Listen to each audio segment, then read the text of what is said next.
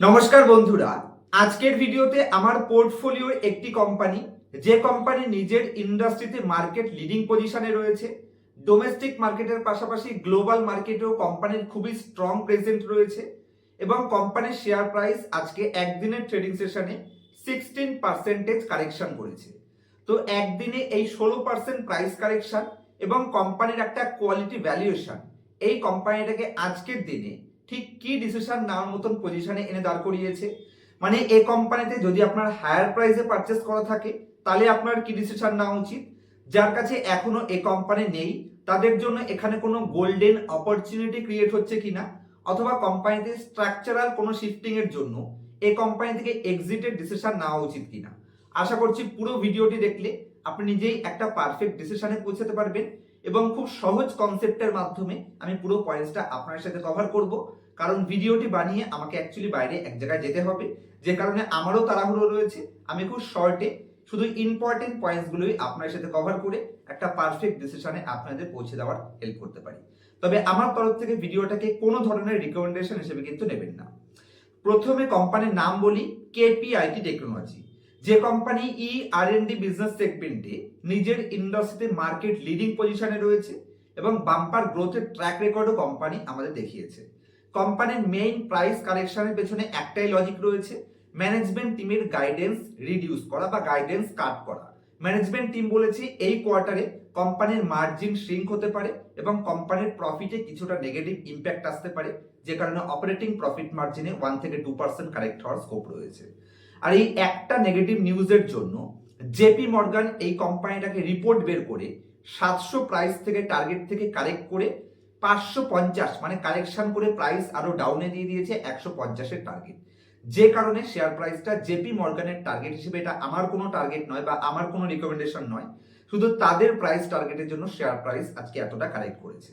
তবে এই কারেকশনকে আমাদের কিভাবে নেওয়া উচিত সেই পয়েন্টসে যাওয়ার আগে এই কোম্পানির বিজনেসটা একবার আপনাদের বলে দিই, তাতে বুঝতে পারবেন যে কোম্পানির বিজনেসে কতটা স্ট্রেংথ রয়েছে এবং বিজনেস বুঝলে তাহলেই কিন্তু লোয়ার প্রাইসে কোম্পানি পারচেস করার সাহস আপনাদের মধ্যে হবে। যদি আমি বিজনেসের মধ্যে আসি তাহলে সবার প্রথম পজিটিভ সাইন, এই কোম্পানি মাল্টি ন্যাশনাল কোম্পানি লিস্টে ইন্ডিয়াতে নাম্বার 1 পজিশন হোল্ড করে। অটোমোবাইল ইন্ডাস্ট্রির জন্য কোম্পানি সফটওয়্যার এবং ইঞ্জিনিয়ারিং সার্ভিস প্রোভাইড করে। আর জানেন ইন্ডিয়াতে কি লেভেলে অটোমোবাইল ইন্ডাস্ট্রিতে গ্রোথ অপরচুনিটি রয়েছে, এমনকি টোটাল গ্লোবাল মার্কেটে বিশাল বড় স্কোপ রয়েছে। গ্লোবাল ওইএমদের সাথে বিএমডাব্লিউর মতন কোম্পানির সাথে এই কোম্পানির জয়েন্ট ভেঞ্চারে কোম্পানি তাদের সার্ভিস প্রোভাইড করে থাকে এবং বিএমডাব্লিউ যেহেতু গ্লোবাল সেন্টিমেন্টের জন্য, জিওপলিটিক্যাল টেনশনের জন্য তারা তাদের রেভিনিউ কাট করেছে, সেটার ইম্প্যাক্ট এই কোম্পানিতে আসবে, এটা একটা নর্মাল ব্যাপার। তবে এত বড় কারেকশনের এক্সপেকটেশন কোম্পানিতে ছিল না।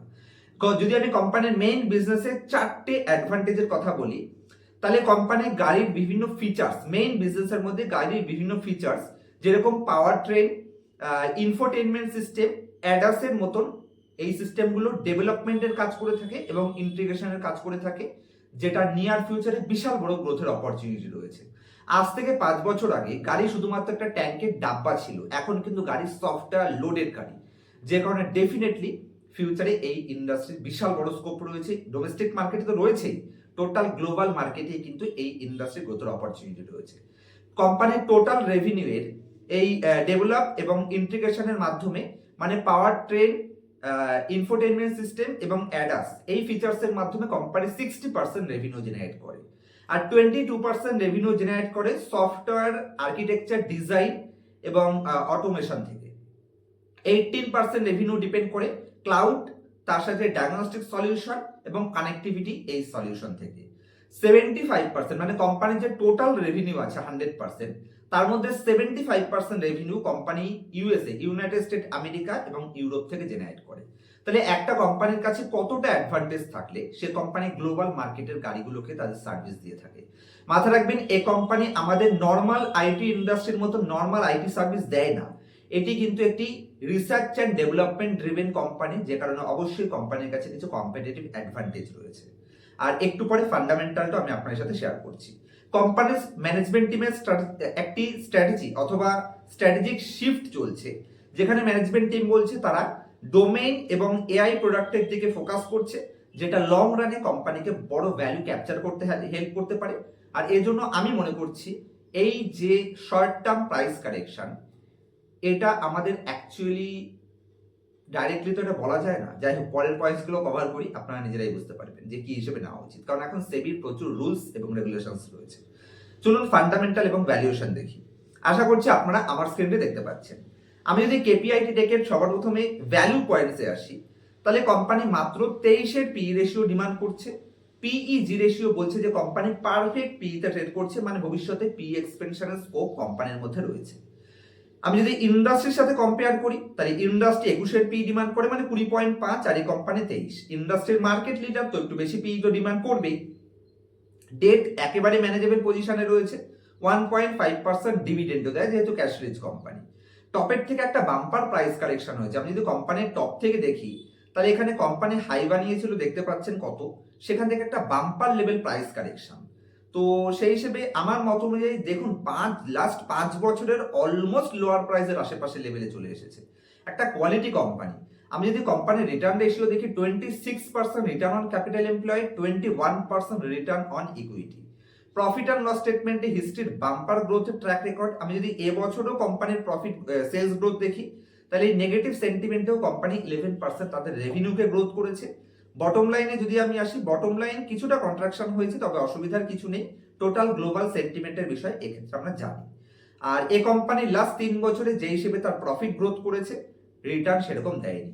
হ্যাঁ, অতীতে আমি এই কোম্পানি আপনাদের সাবধান করেছিলাম যে সময় একটা বাম্পার র্যালি কোম্পানি নিয়েছিল। এই জায়গায় প্রাইস দেখুন, আপনারা মনে করে দেখুন, আমি আপনাদের বারবার সে সময় সাবধান করেছিলাম যে কোম্পানি 40 টাকা প্রাইস ছিল 2020-তে, সেখান থেকে রকেট র্যালি হয়ে কোম্পানি 1700, 1800, 1900-র আশেপাশে প্রাইস যায়, সেখান থেকে এরকম প্রাইস কারেকশন একটা নর্মাল ব্যাপার।